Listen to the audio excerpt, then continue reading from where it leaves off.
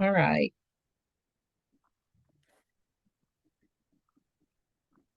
I want to make sure we have time to introduce everyone that I've seen kind of pop in. But my name is Lisa Tyndall. I'm with the Foundation for Health Leadership and Innovation, and I am one of the staff folks that are connected to this fellowship program. I want to introduce our CEO, David Reese, who's with us. Good afternoon, everyone. It's great to see you all, new friends and old friends as well.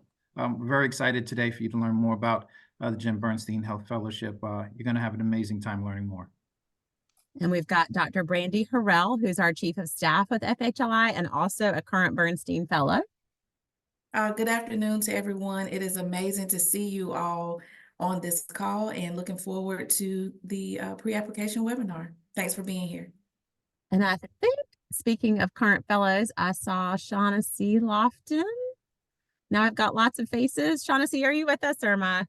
I am. Hey, good afternoon, everyone. I am Shaughnessy and I am a current fellow. Really nice to meet everybody. Awesome. And then I'll hand it over to our directors, Hugh Tilson and Randy Jordan. Randy, do you want to say hello? Yes, hello, everyone. It is wonderful to see so many interested faces in the Bernstein Fellows Program. Just a little bit about my background is that I retired from leading the North Carolina's Free and Charitable Clinics about 2 years ago. And one of the first requests that I made in my retirement was of Hugh Tilson to say, could I please be a mentor to the Bernstein Fellows Program? That's because I value so greatly the legacy of Jim Bernstein and how it's being applied in this program. I think the values that can be potentially instilled in future leaders in North Carolina in health and serving underserved populations is a real hallmark of this program. And so while I in particular won't be able to follow through in mentoring next year due to some personal circumstances, I'm here today because I so much support what you're showing interest in. Thank you, Hugh. Yeah, well, Randy, thank you so much for all that you have done and all you continue to do. And I hope that as those of you hear more about the program today, you will take to heart Randy's commitment to the program because it's such an important opportunity, not just to honor the legacy of Jim Bernstein, but also to make sure that all of us are better able to contribute as we do our work. I want to thank you guys for your interest in the program. David and Dr. Harrell and Lisa, thank you so much for allowing me the privilege of leading this today and participating in this program. It's an amazing program, and I see the fellows that are on here nodding. So as you guys hear things you want to give shout outs to, please let me know. I get to run through some of this stuff very quickly, and then I'll turn it over to Lisa for a lot of the details, and then we'll be around to answer questions. Lisa, is there anything else I was supposed to do with an intro? No, I don't think so. I don't think we have any conflict of interest today is what I'm thinking of. That sounds great. Okay. So run through very quickly how we got to where we are with the program, what the core components of it are, the application process, and then we should have plenty of time to answer any questions that you might have about the process, the fellowship, all of those things. Next slide.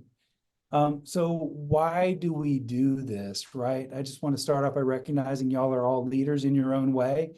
And what we want to do is help you to become better leaders as you embark upon this journey of contributing to the health of the people of North Carolina, helping emerging leaders like you to work in and improve the health of rural and other underserved communities. And it's largely to do this honor that we have of honoring the legacy of Jim Bernstein, who, as you can see, set up the North Carolina Office of Rural Health. Randy and I both had the opportunity to work with Jim, which just tells you that we're old. But the ability to actually help lead this work to honor his legacy is really personally impactful for both of us. So next slide. And why is that? Wanted to just talk to you a little bit about Jim, and then we'll get into the nuts and bolts. Jim was a visionary leader. He set up North Carolina's Office of Rural Health, the first in the country, because he had a passionate belief that rural health mattered. Everybody has a right to health care, and then how it is delivered is critically important. Respectful, patient-centered. And this next piece is really important, and it drives a lot of the thinking about how we run this program, which is the community owns the healthcare system. And our goal is to help you all become better leaders in helping your community meet its healthcare needs.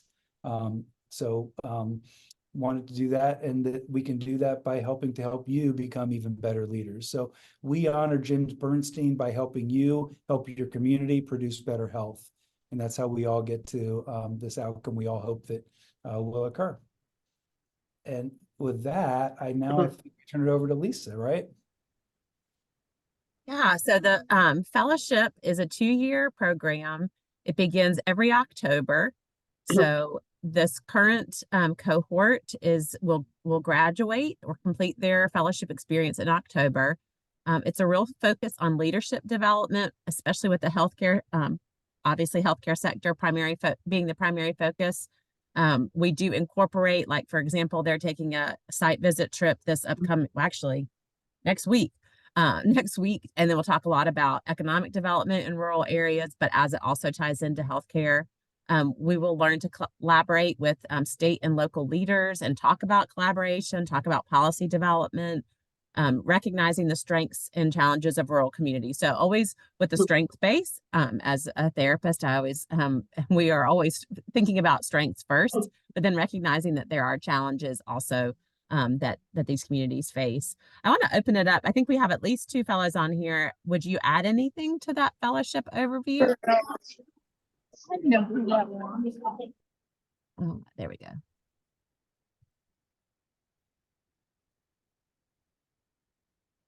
It's a really, really broad overview. We'll go into a little bit more detail. So that we have educational sessions that we call them educational sessions or in-person seminars. There are probably about 3 or 4 of those where we'll bring folks in, we'll have discussions around certain topics. There is a curriculum that AHELP partnered with us to build. And then there's also an opportunity, for example, this upcoming, just make sure everyone's on mute. There are some monthly meetings that we have together where we talk about kind of how everyone's experience is going and how their projects are going, which we'll talk about in just a minute. But also we have the opportunity to bring folks in remotely and to have just conversations with leaders in the healthcare fields and the rural healthcare fields and policy development and whatnot, just to pick folks' brains on their journeys and their things that they've learned. And so there's also this individual project that we encourage fellows or is a requirement of the program to work within their communities. Ideally, it partners up with your employer and something that you can further advance there, an idea that you have to help the folks in your community addressing an important healthcare issue at either the state level or in your community level. You will pick or choose or ask a mentor that you are familiar with. Yeah, no, I'm good. Go ahead. Yeah, Hold on one second. Just making sure everyone's muted. So you'll pick and choose a mentor that will help you kind of take that project from idea to completion. And we do support you along the way. Our volunteer leaders like Hugh and Randy have been instrumental in terms of providing guidance. There's a lot of flexibility. There's not a rigidity to what the expectations are. It's just looking to improve a community in your area or again at the state level. And then we do have 2, I mentioned the in-person seminars. There's also 2 retreats, and one is the Eastern site visit that's coming up next week where we'll kind of be on site. We'll do some touring, we'll drive around, a lot of networking and community building. And then also in the Western part of the state, there was a wonderful retreat that I did not get to participate in, but that included whitewater rafting, for example.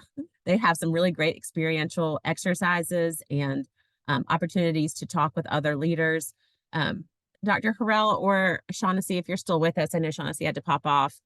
or David, anybody that was there other than me, anything to add about that retreat in particular? I would just say, honestly, it really broadened my side of an adventure. I think I was the one that was that was totally afraid, but it was the support from the peers and just everyone there. But most importantly, as well, we were able to learn about the Western part of the community and how to make sure that we as leaders are living into the mission and the vision and values of ourselves as leaders and also the organizations in which we work in. So that was amazing as well. Thank And you. I'm still here, Lisa. Oh, good. I'll just share a little bit. So one thing that I really appreciated about our visit in the western part of the state was, one, we were able to connect with community health there. So we were able to go see the hospital, the Cherokee Indian Hospital, and really be immersed in like see things outside of being a patient, which was pretty cool. In addition to that, I feel like it was a time for us to step away from our work. A lot of times we're in this space where we're super performative and doing this work and sometimes forget self, and it was an opportunity to reground yourself.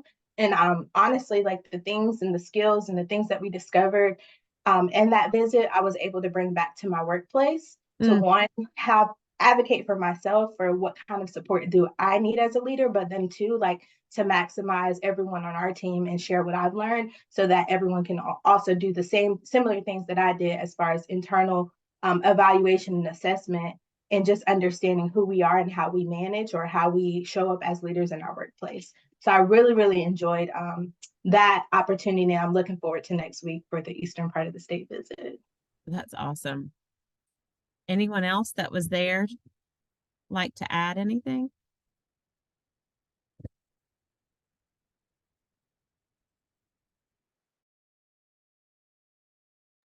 You know, Lisa, the last thing I'll add before you move on was, I got the chance to spend time with our fellows in the western part of the state.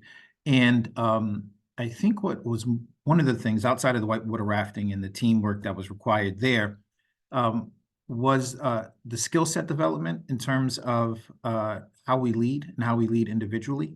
And how we actually may think that we lead. And then when we went through some of the exercises in the groups, how we were leading didn't necessarily align with how we thought we led. And there was opportunities for us to really grow as we thought about our overall leadership. So really, really impactful. Whitewater rafting is absolutely amazing. Great coaches out there. We get a chance also to spend time with Hugh and with Randy there and learn from them as leaders. Good time. Thank you, David. And so the other big portion of the fellowship experience is the fellowship project. As I've mentioned, there is a lot of flexibility. They vary in focus. They have included a design, launch, and evaluation of pilot programs, the creation and implementation of assessment tools, the development and distribution of best practice toolkits. We have some really great work going on. I won't put them on the spot again to talk about their projects, but we have some really exciting and innovative projects that are happening with this cohort as well. Projects, if you're thinking about like, who would be my audience, you would think of projects, you would think about organizations that you're involved in, your organization or employer. Maybe there's a task force, or initiative that you're already involved in, or maybe you already do some community service in your community, and there are some projects there that could be beneficial. A lot of times churches and other communities are involved in the delivery of healthcare, and maybe there's some work there that needs some lifting up. And you do have your volunteer fellowship directors, you have staff, you have a mentor that you would choose to help work with you and to help you, like you're not just out there doing it on your own. So like we mentioned, we have I have that here already. You work with a self-chosen mentor to facilitate. We're going to check in with you to help guide you and provide some loose structure. If you need more structure, we'll provide more structure. We'll really try to make it work, provide you kind of the guidance that you need appropriately. And then, so this October, like I mentioned, will be the beginning of the next cohort and the wrap up of this cohort. And there will be presentations of those projects. So that will be a big highlight and shared with the greater kind of North Carolina state healthcare community at large. Will get to see and get the impact that you've made at either the community or state level. So they'll be sharing that work at varying degrees throughout that event and day. Lisa, can I add one thing about the projects? Yeah, please. So we have some amazing fellows who just their projects are really, really impactful. And when you think about the projects, what I think may immediately come to mind is, well, it's my project, and the project is pretty local, and it just really revolves around the one community that I'm focusing back on. But it's the exact opposite, because when we think about the Bernstein dinner, and I don't know if any of you have attended the dinner before, right? You got 300 folks, all of the who's who back in healthcare. What they want to know is, so what are the fellows doing that is now impacting North Carolina? And so when you begin thinking about the stage and the impact of the project, it's really easy, I think, to think about the project as just being something that's local, happens in my community, only something I'm just doing, very little exposure, but it's actually the total exact opposite. And one thing that I would add to that is what's really cool and what's been fun for me to watch is how the fellows have leveraged the project to actually become better leaders. So it's important to do the work, but the purpose of having the project within this is that it catalyzes leadership. And so you're not just doing something, but you're doing something because it will make a difference, as David described, and it helps you to become a better leader within your community, within your organization, and those spaces. So that's how all that ties together. Thank you, guys. So just a little bit of the fellowship history. The first class of 2 fellows began their fellowship in 2006. We usually have around 4 to 5. This last cohort was relatively large with 7. We've had since 2006, 49 fellows have completed the program. We like to keep it small. As you've noticed, I've said several times that Hugh and Randy are volunteers. And so we want to be able to have the degree of attention that we can all provide and make sure that we have that personal attention. So fellowship criteria, who's a good fit for this? I've gotten that email question quite a bit lately. So fellows represent numerous professional backgrounds, including but not limited to providers, nutritionists, pharmacists, administrators, social workers. It does not require an advanced degree. And you can see, I think we have several folks this time who have a behavioral health background. I was asked that recently about whether or not that was an appropriate fit. So basically, you have to work in an organization that serves a rural or underserved community in North Carolina, demonstrate a commitment to community-driven care, we want you to stay in North Carolina. We want you to stay here, demonstrate leadership potential, be sensitive to cultural diversity among client populations, and hold realistic expectations about working in rural or underserved communities. So you'll see in the application process that we ask for your employer to endorse your time with us because they are supporting you being involved at 10 to 12% of your work week. And that varies, right? Because you'll have the retreat, for example, is a couple of days, and then October will be a couple of days, but those are all, we can provide you a calendar so that you can make plans around those dates. Our foundation covers the event and travel costs associated with these required sessions, so there's no cost incurred to you. And each fellow will receive a stipend to support the development and implementation of that fellowship project. Sorry, getting over a cold. So if you if you needed printing programs or printing materials or other, like maybe if you were going to do a focus group and you needed to provide incentives to your participants, for example, those are just some examples of how you can use that stipend. So the application requirements, there's a little bit of a change. Some of you might have looked at some of the materials before and emailing submissions to Nell Edwards. But we're going to ask you to go ahead and email them to me. or mail them to me at that address. You include your curriculum vitae. I really actually have never said that word out loud. Is that how you say that word? Vitae? um, or resume, and then a written statement of interest, why you think it would be a good fit and would further your career and your leadership goals, a letter of support from your employer, and a letter of recommendation from a professional source who knows you as a professional, and of course, knowing you as a person is helpful too. And then just making sure you kind of read through the different commitments and that you have a signed statement. There's a signed statement there of understanding and commitment, because it is a 2-year process. Of course, things change in 2 years, and we are generally have seen success in folks being able to weather those changes.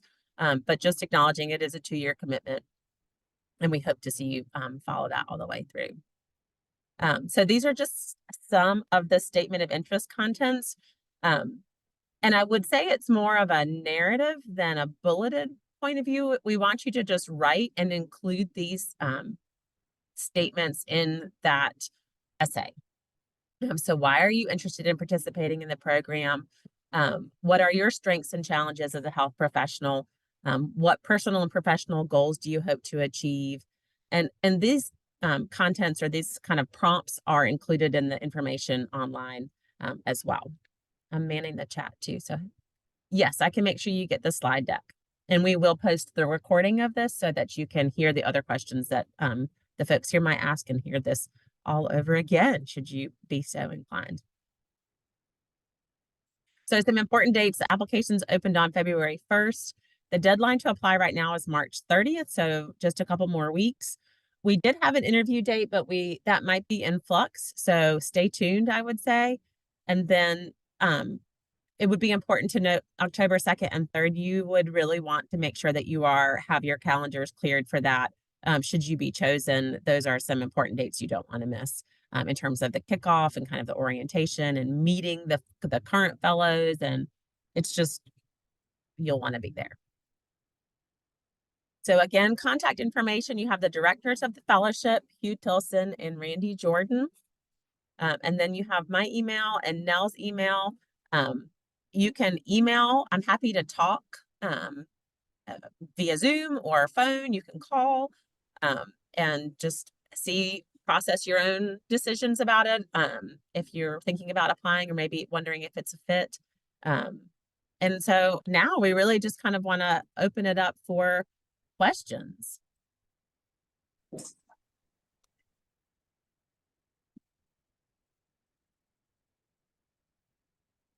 You can type in the chat. I'm happy to read your questions aloud to the group in the chat, or you can take yourself off mute, either way.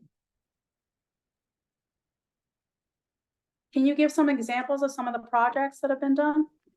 Ooh, that's a great question. I think I'm most familiar with the ones that are in the current cohort. Okay, good question. Good. There's some questions coming through. Right now we have someone who's working with a health department around street medicine. Hugh, I don't have as much familiarity with Ashley's project. I don't know if you and Randy have talked to her some more, but I know it was something she was already working on, I think, with the health department. That is one. Dr. Carell, are you still on here? Can Yes, comment on Ashley's, if it's helpful. I actually did a site visit to where I actually worked in the health department in Burke County.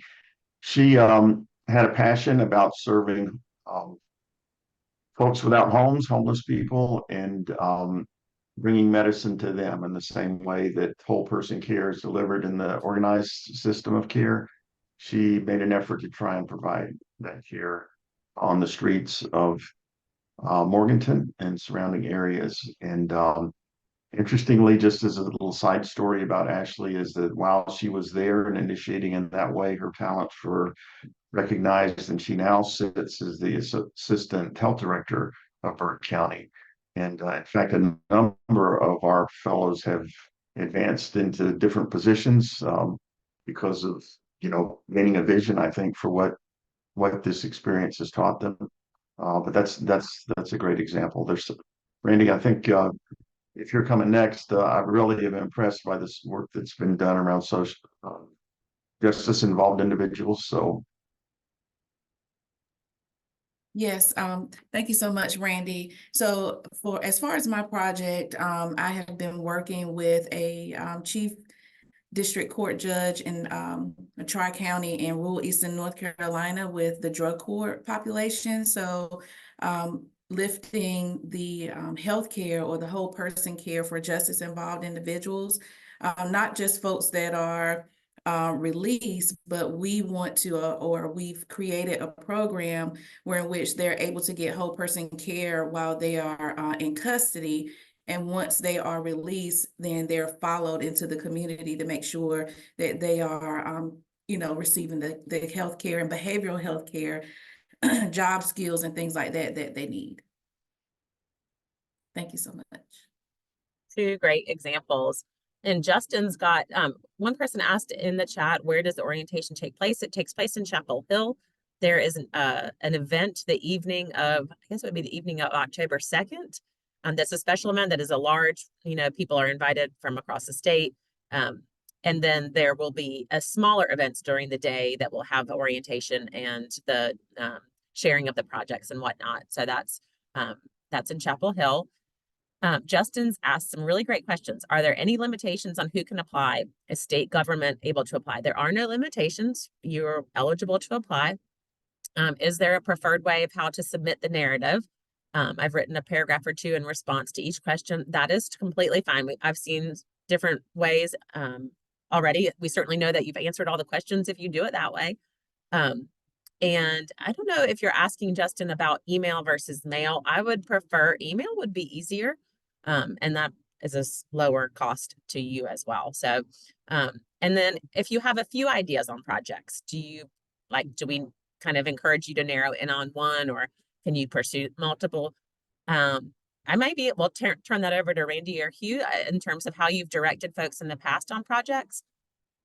Yeah, I'll take a quick crack at that. The answer is it depends, right? Some folks have come in with a pretty defined notion of what it is they wanted to spend some time doing.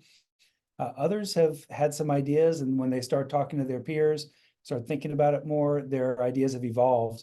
And our goal is to support you in your leadership journey and provide guidance so that the project that you undertake meets your personal, professional, and leadership development goals. So pretty flexible. If you have an idea and want to pursue it, that's great. If you have some ideas and come here and decide, I want to do something completely different, then that's fine too. and I'm not sure if Shaughnessy is still available, but if she is, I would invite her to tell her project journey, because she actually changed jobs in the middle, and so the project had to travel with her, and it sort of evolved. There you are, Shaughnessy. Yes, and I am soon to get off, so if I hop off, it's not because I'm not willing to ask questions. If you have questions, send them to Lisa, she'll get them to me. But my project has changed multiple times. Scope is still community health workers in the state. It's just changed. And so I've been working closely with local government, with the health equity pilot. I'm working closely with AHAC as a subject matter expert to one, like I was once in this position of practice support coaching, which worked closely with some of our Medicaid essential practices. And now specifically around the community health worker initiative, kind of providing some technical support in that space. And so I'm reframing, but that's okay. I think here in Bernstein, they're really flexible as long as we're growing. And I'm still making an impact.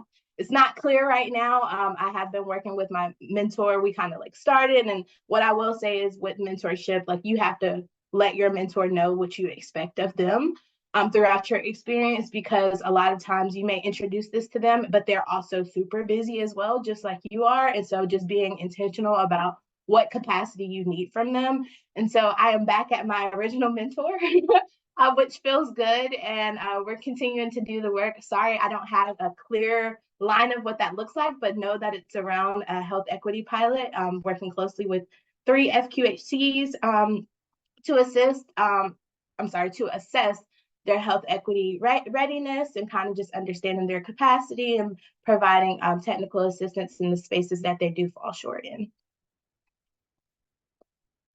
Awesome answer. Thank you for being with us, Shaughnessy. we have another question that's a little bit project focused. What if we help trying to decide what is the best project for our community?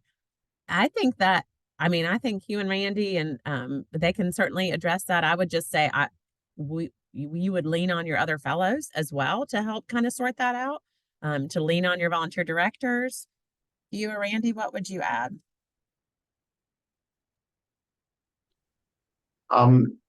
The project choice is such a personalized one that there's not hardly a wrong answer. There's no wrong door.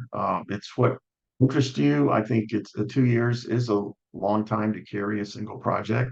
So it needs to be something that you are passionate about, that you care about, and that you imagine might make a difference in the community that you serve. There's not a final test or anything like that. It's more the opportunity to expand your skills around an idea that means something to you. And the only thing I would add is that it's just as much important to what's meaningful to you as it is for your community. Your community may need all kinds of things, but if it doesn't align with what you are personally committed to and passionate about, then you won't have it just won't be as impactful. So I would just tweak that question a little bit. But the answer then is we're still happy to help you work through figuring what that is. And then Amy's asked, would you say this fellowship opportunity is more appropriate for people who are early in their careers? And what would be appealing for those who have worked in the community for many years? One of the fascinating things about the dynamic of the Bernstein Fellowship is this notion that we all take our times off when we walk into the meeting. And sometimes we do better at that than other times. I think we are all, influenced by who we are and how we got to where we are. But the moment of the Bernstein Fellowship is supposed to have sort of equal footing where we help each other. And that question actually came up in the midst of this current cohort, where some members felt like the presentations might be too elementary compared to what their experience had been. On the other hand, that feedback allowed us to adjust some of the programming and allowed us to, with Lisa's help, frankly, query what would be meaningful programs, and adjustments were made. So I don't think it's just for young leaders or limited by those that are more experienced. There is a sort of giving into the middle, is what I would say. And sometimes the experiences of your fellows who've had a different or more extended experience can be just as vital to your success as something that Hugh might say, or I might say, or even your mentor might say. What would you say, Hugh? So I want to be really clear, like this isn't an MPH, this isn't an MBA, this isn't any of those kinds of things. And if that's what you're looking for, this isn't going to meet those needs. I believe that you get out of this program what you put into it. And that the opportunities for leadership growth are there for everybody.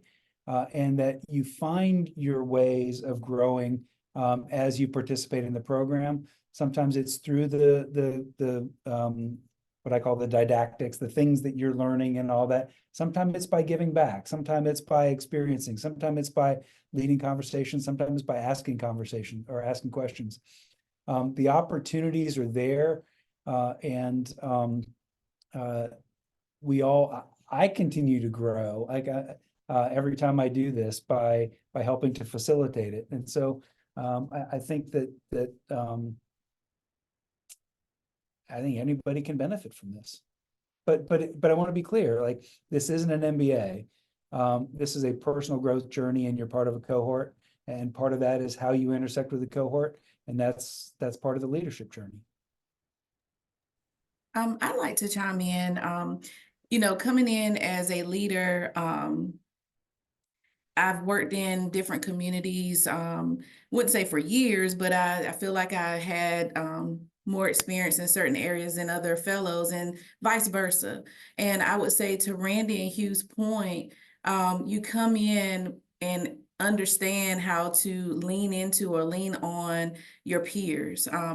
Also with the mentors, I've learned many different things about how I lead and how I can better lead and things of that nature. Even on other leadership levels, the Bernstein Fellowship has really taught me about my leadership skills, how to hone in on those skills. So again, I don't think that, there's a hierarchy of your career path to be determined to be a part of this fellowship. I think if you want to come in and learn to be a better leader, but I also have to say just a better person in general. It teaches you about being, just a better person and making those connections. I would say networking, making connections, those have been very powerful as well, making the connections with your peers, because I may pick up the phone and call Rachel. She's a fellow, she's not on here, but she's in, I think, Mecklenburg. And I would ask her a question before I came to FHLI, I was behavioral health director with Kinston Community Behavioral Health. And I would ask her different questions and we would all kind of bounce off each other. We have a, we have a chat sometimes that, in our Bernstein Fellowship text messaging chat, we will bounce ideas off of one another. We send each other songs in the mornings to get each other through the day. I mean, it's just really, really, it's really amazing. Thank you. I love that. I didn't know about the songs. That's so cool. Um, great questions. We've have a question too. Any challenges or barriers fellows have had with their projects? I can only speak from the last couple of months. I know that sometimes when jobs change or when mentors' jobs change or, change is constant, right? So I think we've learned that we go with the flow. And again, it's like Randy said, it's flexible in terms of the expected output. I don't know, others add additions to that question about common barriers or challenges fellows have had with their projects? One of the most interesting moments for me was pretty deep into this cohort's experience. And it was shared as a result of one of the activities that we had, that some of the things that I valued in terms of targeted leadership were maybe not the same things that all the members of the cohort valued. And we all came together around embracing the Jim Bernstein legacy, to sort of shorthand what I'm talking about, but a value-based system. We all embraced that. But for some people, they had no desire to escalate up into the General Assembly or talking to high level leaders in a certain place. They wanted to stay in the community, serve the community, and that was where they wanted to remain focused. And that was a real might have been perceived as a barrier when the issue arose, but it really became a learning opportunity for everyone. And we learned to give to the middle and find, again, as I mentioned before, redevelop some of the programming so that it could meet all the needs of our group. So one of the things that I would add to all that is that the project is a process to enhance leadership. And so as you're doing your project, and that there are going to be the kinds of fits and starts that Lisa was describing, that is all part of leadership. That's all part of growth. That's all part of professional development. And so as long as that goal remains front and center, then that's the what I hope happens with the project. Anything else is gravy. Anything else is you're better contributing to your community, you're better advancing your professional career, you're doing all those other kinds of things.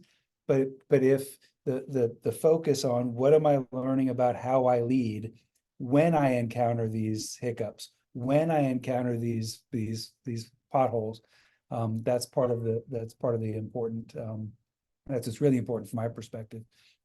And David, you asked about what's the investment from employers, and I would say the investment is you get a better leader back. You get somebody who has a broader cohort of people upon whom they can call when questions pop up, when challenges bump up. They've got a great statewide network of colleagues, and they get to apply their leadership principles on not just themselves, but on that cohort as they're figuring out who they are and where they want to go. So at the end of this program, they are better able to contribute to the organization than when they started. Do you have anything you want to add to that, David? It seemed like that was a leading question. Thank you for taking that softball pitch, Hugh. You hit it right on the head, though. You know, as an employer, what you're often thinking about is how are you providing that professional development for those folks who are part of your team? And this is an opportunity to provide that professional development, and also know that it's not short term, right? It's not like just a one-off. I mean, we're talking about development that happens over the next 2 years. And when you think about, you know, the investment that you're making back in your folks, this has become sort of the no-brainer in terms of how you develop leaders internally. Ooh, two good questions. One is, what are some of the ideal qualities you look for in a candidate? And the other is, I'm interested in applying, but I know I already have conflicts with the orientation dates. That's a tough one, and I would defer to my leaders.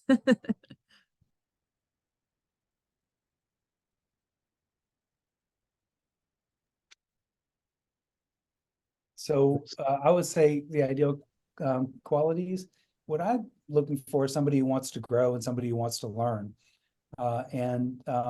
I think somebody who's curious and somebody who's passionate and somebody who's willing to roll up their sleeves and ask themselves hard questions about who they are and where they want to go, and then willing to roll up their sleeves and do the work that it takes to improve. That's not always easy. And then the only other thing that I would add goes back to this notion of you get out of the program what you put into it. So somebody who's willing to actually put the time in and commit to going through the learning and growing experiences. Those are my answers. Randy, I don't know what else you'd add. Well, I would just add that one of the things that I've enjoyed the most about the current cohort is their generosity towards each other and their collegiality, their spirit of wanting to help each other. I think that's made the experience good for them, but it's also been good for me to observe it, to see it happening. And then I would just add that that's an aspect of it.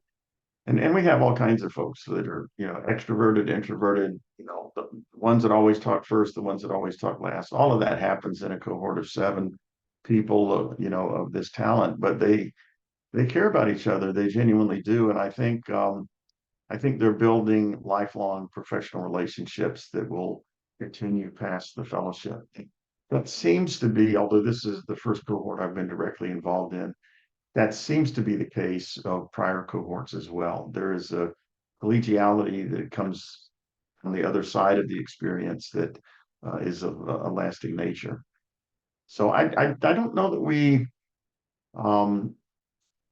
have an ideal candidate necessarily, except that you are drawn to the fact that you might be drawn to this fellowship, having put the values of it up first, probably is the strongest indicator to me of how this experience would go for you. Great answers. Any thoughts on the conflict with the orientation dates? I would, my instincts as a leader are to say we would work around that, but there's so very few times that are required that I would think that if you know that you can't make that, you'd be missing out on a pretty important component of the fellowship. Really, one of them is getting to know your colleagues.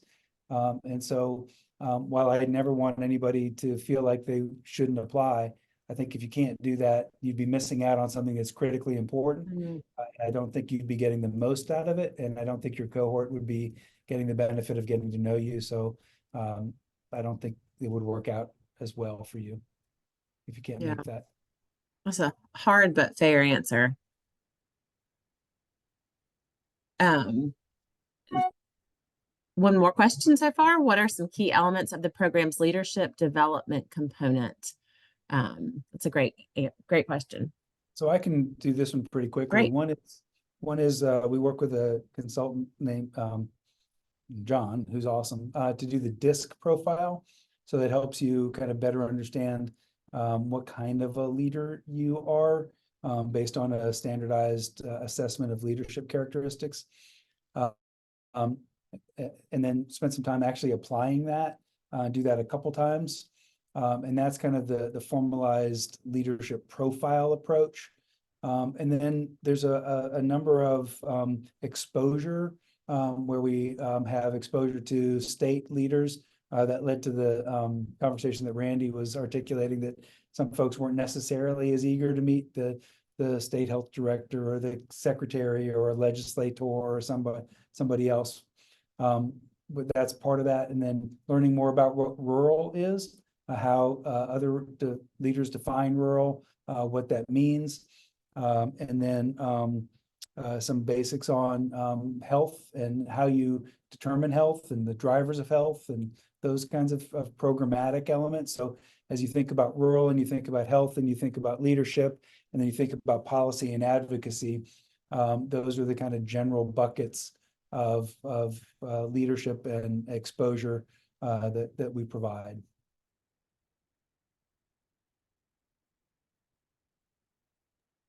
Thank you, Hugh. A really interesting feature of this cohort is that all 7 were female gender. And so I felt a real privilege to be able to sort of sit back and listen to the conversations about what it was like to navigate leadership as a woman. I don't even know if I'm really in a position to talk about it, but it was really an interesting thing. And many of the requested speakers were women who just told their story. And sometimes the story wasn't always pretty, but it was a very frank and honest discussion. And so, Lisa, you could do a better job of describing it than I did, but I thought it was significant, and I appreciated the chance to be a part of it. Yeah, I think that has been a unique feature of this cohort for sure. Any other questions?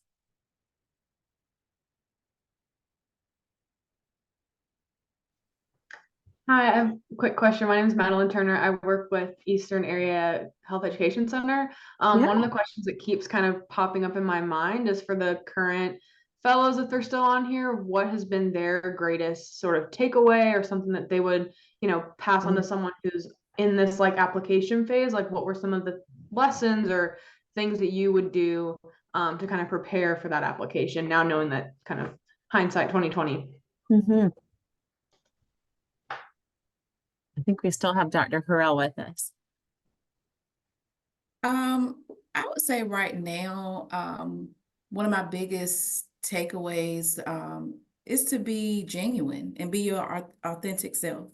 I think that even though we have or had male mentors and leaders, they honestly gave us space to be brave.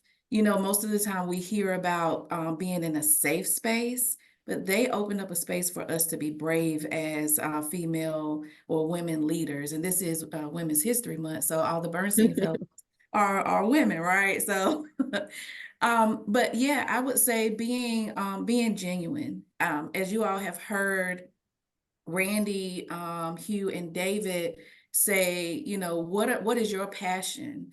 What drives you to lead and lead well in your community? That's another thing. I would say the takeaway is what has helped me to lead well. It's one thing to be a leader, but how well are you leading, right? Also communication.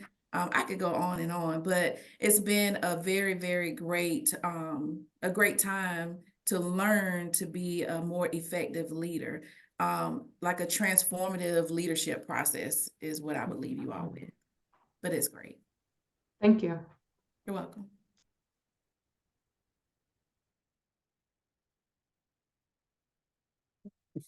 Thank you. I know some folks are saying they're jumping to their 1 o'clock because you know our lives are like back to back and hardly anyone gets a chance to even get a sip of water these days. But so I understand that. If you have more questions they develop as you're filling out the application, feel free to shoot me an email and I'll be happy to answer and we'll respond as quickly as I possibly can. And if there are any updates to the dates, like the application due date or the interview dates, we'll update the website. So check in there, or you can shoot me an email and I'll respond too. So, but thank you so much to Hugh and Randy and Dr. Harrell and David for being with us, and Shaughnessy, even though she had to jump. Thank you for your interest in the fellowship. I look forward to checking out all the applications and being inspired all over again. Thank you guys. We'll be here. I'll be here until 1 o'clock in case you have any questions as you're thinking and slowly popping off.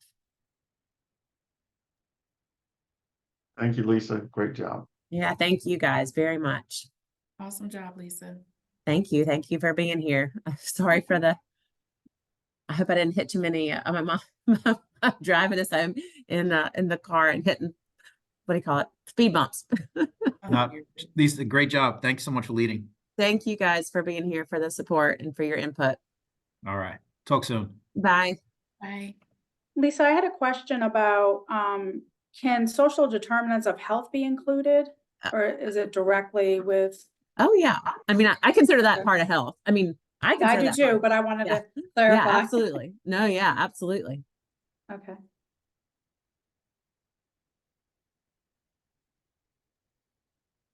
Lisa, sorry, I came in late, so I missed the beginning of your presentation, but Sure. I was wondering, is there a limit of a stipend or budget that we can apply Yeah. for? Is that okay? So there's like if we ever ask, we will ask you to travel for meetings and stuff, that all those costs are covered by our foundation. And as far as the budget for the project stipends, they're still kind of working that out, but I would say it's around $1,500. Okay. Okay. Yeah, that works. Thank you so much. You're welcome.